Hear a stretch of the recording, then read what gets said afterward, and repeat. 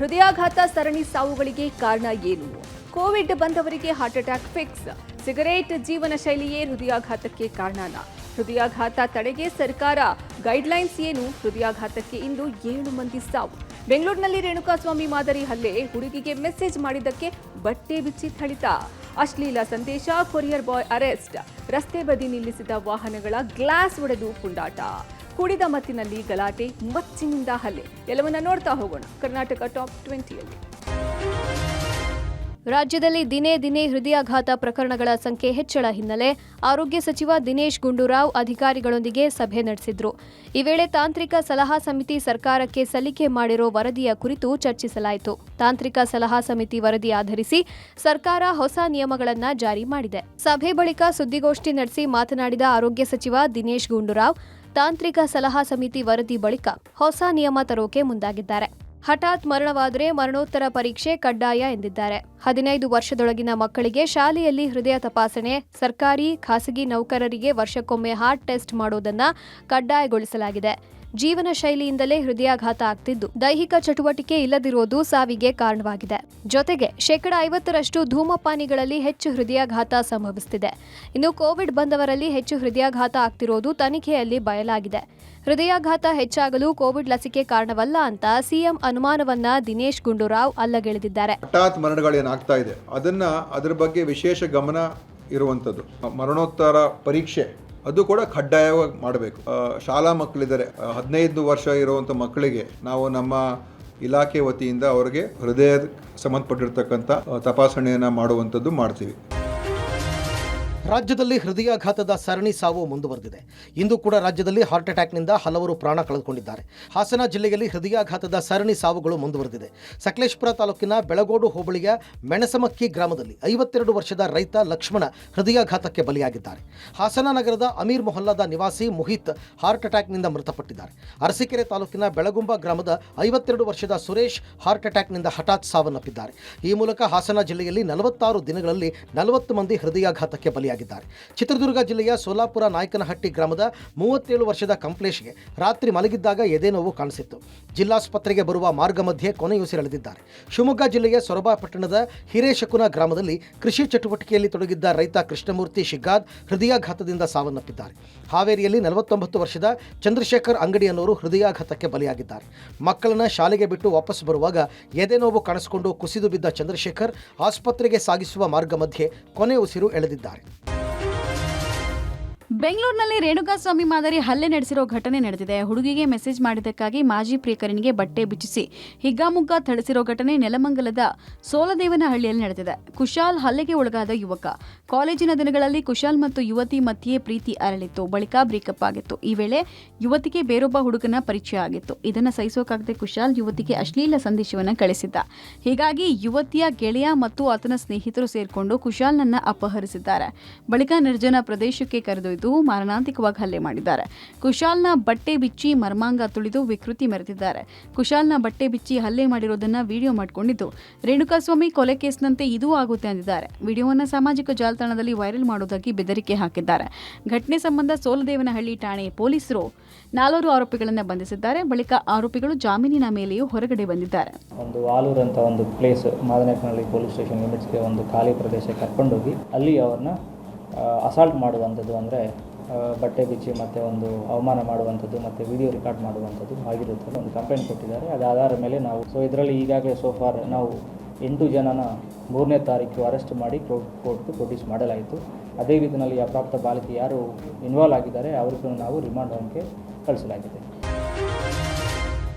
ಮಾಜಿ ಪ್ರಿಯಕರನ ಮೇಲೆ ಯುವತಿ ಕಣ್ಮುಂದೆಯೇ ಹಲ್ಲೆ ಮಾಡ್ತಾ ಇದ್ರು. ಯುವತಿಗೆ ಕರುಣೆನೇ ಇಲ್ಲದಂತೆ ವರ್ತಿಸಿದ್ದಾಳೆ. ಕಾರಲ್ಲಿ ಯುವತಿ ಮುಂದೆ ಹಲ್ಲೆ ಮಾಡಿ ವಿಕೃತಿ ಮೆರೆದಿದ್ದಾರೆ. ಹುಡುಗಿಯ ಮುಂದೆ ಬಿಲ್ಡಪ್ಗೆ ಯುವಕನ ಪ್ರಾಣದ ಜೊತೆಗೆ ಚೆಲ್ಲಾಟ ಆಡಿದ್ದಾರೆ.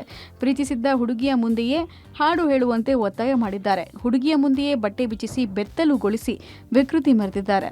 ಇನ್ನು ಆರೋಪಿ ಹೇಮಂತ್ ಮೇಲೆ ಇದೇ ರೀತಿಯ ಹಲ್ಲೆ ಆರೋಪಗಳು ಇದೆ. ಹಲವು ಬಾರಿ ಹಲವು ಕೇಸ್ನಲ್ಲಿ ಹೇಮಂತ್ ಪೊಲೀಸ್ ಠಾಣೆ ಮೆಟ್ಲೇರಿದ್ದಾನೆ. ಕಾರಲ್ಲಿ ಕೂತಿದ್ದ ವೇಳೆ ಸಿನಿಮಾ ಡೈಲಾಗ್ ಹೊಡೆದು ಯುವಕನಿಗೆ ಜೀವ ಭಯ ಬರೆಸಿದ್ರು. ಯುವಕ ನನ್ನನ್ನ ಬಿಟ್ಟು ಬಿಡಿ ಅಂತ ಪರಿಪರಿಯಾಗಿ ಬೇಡ್ಕೊಂಡ್ರು. ಬಿಡದ ಆರೋಪಿಗಳು ಹಲ್ಲೆ ನಡೆಸಿ ವಿಡಿಯೋ ಮಾಡಿಕೊಂಡ್ರು.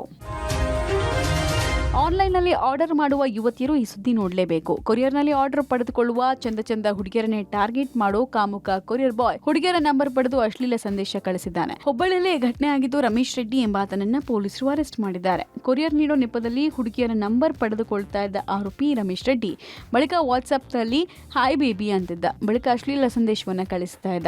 ರಮೇಶ್ ರೆಡ್ಡಿ ಕಾಟಕ್ಕೆ ಬೇಸತ್ತು ಇಬ್ಬರು ಯುವತಿಯರು ಪೊಲೀಸ್ ಠಾಣೆ ಮೆಟ್ಲೇರಿದ್ದಾರೆ. ಹುಬ್ಬಳ್ಳಿ ಗೋಕುಲ ರೋಡ್ ಪೊಲೀಸ್ ಠಾಣೆಯಲ್ಲಿ ಪ್ರತ್ಯೇಕ 2 FIR ದಾಖಲಾಗಿದೆ. ರಮೇಶ್ ರೆಡ್ಡಿ ಅನ್ನುವಂಥ ಒಬ್ಬ ಯುವಕ ಕೊರಿಯರ್ ಡೆಲಿವರಿ ಮಾಡುವಂಥ ಕೆಲಸ ಮಾಡ್ತಾ ಇರ್ತಾನೆ.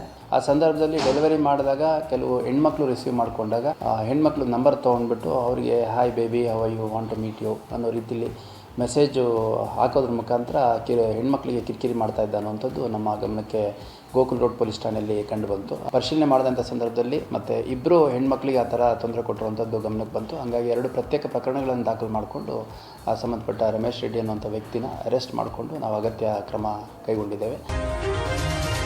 ಬೆಂಗಳೂರಿನ ಹೊಂಗಸಂದ್ರದಲ್ಲಿ ವ್ಯಕ್ತಿಯೊಬ್ಬ ಪುಂಡಾಟ ಮಾಡಿದ್ದಾನೆ. ರಸ್ತೆ ಬದಿ ನಿಂತಿದ್ದ ವಾಹನಗಳ ಗಾಜುಗಳನ್ನು ಪುಡಿ ಮಾಡಿದ್ದಾನೆ. ರೌಡಿ ಶೀಟರ್ ಶಾಸಕರ ಆಪ್ತ ಸೋಮಶೇಖರ್ ವಿರುದ್ಧ ಬೊಮ್ಮನಹಳ್ಳಿ ಪೊಲೀಸ್ ಠಾಣೆಯಲ್ಲಿ ಪ್ರಕರಣ ದಾಖಲಾಗಿದೆ. ರಸ್ತೆ ಬದಿಯಲ್ಲಿ ವಾಹನಗಳನ್ನು ನಿಲ್ಲಿಸಿದ್ದಕ್ಕೆ ಧಮಕಿ ಹಾಕಿದ್ರಂತೆ. ಆದರೂ ವಾಹನಗಳನ್ನು ನಿಲ್ಲಿಸಿದ್ದಕ್ಕೆ ಸೋಮಶೇಖರ್ ಸುಮಾರು 18 ವಾಹನಗಳ ಗಾಜನ್ನ ಪುಡಿ ಮಾಡಿದ್ದಾರೆ. ಸೋಮಶೇಖರ್ ವರ್ತನೆಯಿಂದ ಸ್ಥಳೀಯರು ಭಯಗೊಂಡಿದ್ದಾರೆ. ಆಟೋ ಲಗೇಜ್ ಗಾಡಿ ಸೇರಿ 18 ವಾಹನಗಳು ಜಖಂಗೊಂಡಿದೆ. ಈ ಹಿಂದೆ ಕೂಡ ಸೋಮಶೇಖರ್ ಶಾಸಕರ ಮನೆ ಮತ್ತು ಕಾಂಪೌಂಡ್ನಲ್ಲಿ ಬೆಂಕಿ ಹಚ್ಚಿ ಗಲಾಟೆ ಮಾಡಿದ. ಬೇಗೂರಿನಲ್ಲೂ ಕೂಡ ಗಲಾಟೆ ಆಗಿದ್ದು ಕೆಲವು ಯುವಕರು ಮನೆ ಹತ್ರ ರೌಂಡ್ಸ್ ಮಾಡಿದಂತೆ. ತನ್ನ ಸಹಚರರ ಜೊತೆಗೆ ತೆರಳಿ ಗಲಾಟೆ ಮಾಡಿದಂತೆ. ಸದ್ಯ ಬೊಮ್ಮನಹಳ್ಳಿ ಪೊಲೀಸರು ಸೋಮಶೇಖರ್ನನ್ನ ಸೇರಿ 4 ಬಂಧಿಸಿದ್ದಾರೆ. ಕುಡಿದ ಮತ್ತಿನಲ್ಲಿ ಇಬ್ಬರ ನಡುವೆ ಗಲಾಟೆಯಾಗಿದ್ದು ಮಚ್ಚಿನಿಂದ ಹಲ್ಲೆ ಮಾಡಲಾಗಿದೆ. ಮಚ್ಚಿನಿಂದ ಹಲ್ಲೆ ನಡೆಸುವ ದೃಶ್ಯ CCTV ಕ್ಯಾಮೆರಾದಲ್ಲಿ ಸೆರೆಯಾಗಿದೆ. ಶಿರಾನಗರದ APMC ಬಳಿ ಇರುವ ಬಾಲಾಜಿ ಬಾರ್ ಮುಂದೆ ಈ ಘಟನೆ ನಡೆದಿದ್ದು, ಶಿರಾನಗರದ ಸಂತೆಪೇಟೆಯ ಮಂಜುನಾಥ್ ಹಾಗೂ ಲಕ್ಷ್ಮೀಸಾಗರ ಗ್ರಾಮದ ಮಂಜುನಾಥ್ ನಡುವೆ ಕುಡಿದ ಮತ್ತಿನಲ್ಲಿ ಕ್ಷುಲ್ಲಕ ಕಾರಣಕ್ಕೆ ಗಲಾಟೆ ಶುರುವಾಗಿತ್ತು. ಗಲಾಟೆ ವೇಳೆ ಲಕ್ಷ್ಮೀಸಾಗರದ ಮಂಜುನಾಥ್ ತನ್ನ ಸ್ನೇಹಿತ ಆನಂದ್ ಹಾಗೂ ಸಂತೋಷ್ನನ್ನ ಬಾರ್ ಬಳಿ ಕರೆಸಿಕೊಂಡಿದ್ದಾನೆ.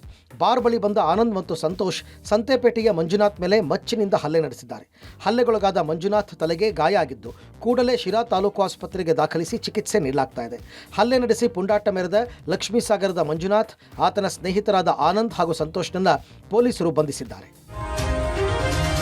ಬೆಂಗಳೂರಿನಲ್ಲಿ ಬಿಬಿಎಂಪಿ ಎಸ್ಸಿ ಒಳ ಮೀಸಲಾತಿ ಸಮೀಕ್ಷೆ ನಡೆಸ್ತಾ ಇತ್ತು. ಒಂದಲ್ಲ ಒಂದು ಎಡವಟ್ಟುಗಳನ್ನ ಮಾಡ್ಕೊಳ್ತಾ ಇದೆ. ಮನೆಯವರನ್ನ ಮಾತಾಡಿಸದೆ, ಪ್ರಶ್ನೆಗಳನ್ನ ಕೇಳದೆ ಬಿಬಿಎಂಪಿ ಸಿಬ್ಬಂದಿಗಳು ಮನೆಗಳಿಗೆ ಸರ್ವೆ ಪೂರ್ಣಗೊಂಡಿರುವಂತಹ ಸ್ಟಿಕ್ಕರ್ಗಳನ್ನ ಅಂಟಿಸಿದ್ರು. ಅಲ್ಲದೆ ವಾಹನ, ಸ್ಕೂಟರ್, ಬೇಕರಿಗಳಿಗೆ ತಳ್ಳೋ ಗಾಡಿಗೂ ಸರ್ವೆ ಸ್ಟಿಕ್ಕರ್ ಅಂಟಿಸಿ ಬಿಬಿಎಂಪಿ ಸಿಬ್ಬಂದಿಗಳು ಬೇಜವಾಬ್ದಾರಿತನ ತೋರಿಸಿದ್ರು. ಇದರ ಬೆನ್ನಲ್ಲೇ ಇದೀಗ ಒಂದೇ ಮನೆಗೆ 4 ಸ್ಟಿಕ್ಕರ್ ಅಂಟಿಸುವ ಮೂಲಕ ಎಡವಟ್ಟು ಮಾಡಿಕೊಂಡಿದೆ. ಮಲ್ಲೇಶ್ವರಂನ ಮನೆಯೊಂದಕ್ಕೆ ಭೇಟಿ ಕೊಟ್ಟಿರುವ ಬಿಬಿಎಂಪಿ ಸರ್ವೆ ಸಿಬ್ಬಂದಿಗಳು meter board, letter box, gate ಹಾಗೂ ಗೋಡೆ ಮೇಲೆ ಸ್ಟಿಕ್ಕರ್ ಅಂಟಿಸಿ ಹೋಗಿದ್ದಾರೆ. ಇನ್ನು ಬಸವೇಶ್ವರ ನಗರದಲ್ಲಿ 2 ವೀಲರ್ಗೂ ಸಮೀಕ್ಷೆ ಸ್ಟಿಕ್ಕರ್ ಅಂಟಿಸಲಾಗಿದೆ. ಉತ್ತರ ಭಾರತದ ಯುವಕರ ಮನೆಗಳಿಗೂ ಸ್ಟಿಕ್ಕರ್ ಅಂಟಿಸಿ ಬಿಬಿಎಂಪಿ ಎಡವಟ್ಟು ಮಾಡಿಕೊಂಡಿದೆ.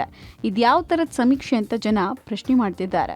ಅವರು ಒಂದು ಟಾರ್ಗೆಟ್ ತಗೊಂಡು ಇಷ್ಟು ಮನೆಗಳು ಕಂಪ್ಲೀಟ್ ಮಾಡಬೇಕು ಅಂತ ಮಾಡ್ತಾ ಇದ್ದಾರೆ ಅಂತ ಅನಿಸ್ತಾ ಇದೆ. ಮತ್ತೆ ಅವ್ರಿಗೆ ಒಂದು ಸ್ಟಿಕ್ಕರ್ ಅಂಟಿಸಿದ್ರೆ ಇಷ್ಟು ಫೀಸ್ ಅಂತ ಅವ್ರಿಗೇನೋ ಒಂದು ಇರಬೇಕು ಅನಿಸ್ತಾ ಇದೆ. ಯಾಕೆಂದ್ರೆ ಯಾರ ಮನೇಲಿ ಯಾರಿದ್ದಾರೆ ಏನೋ ಅವರು ಕೇಳಕ್ಕೆ ರೆಡಿ ಇಲ್ಲ.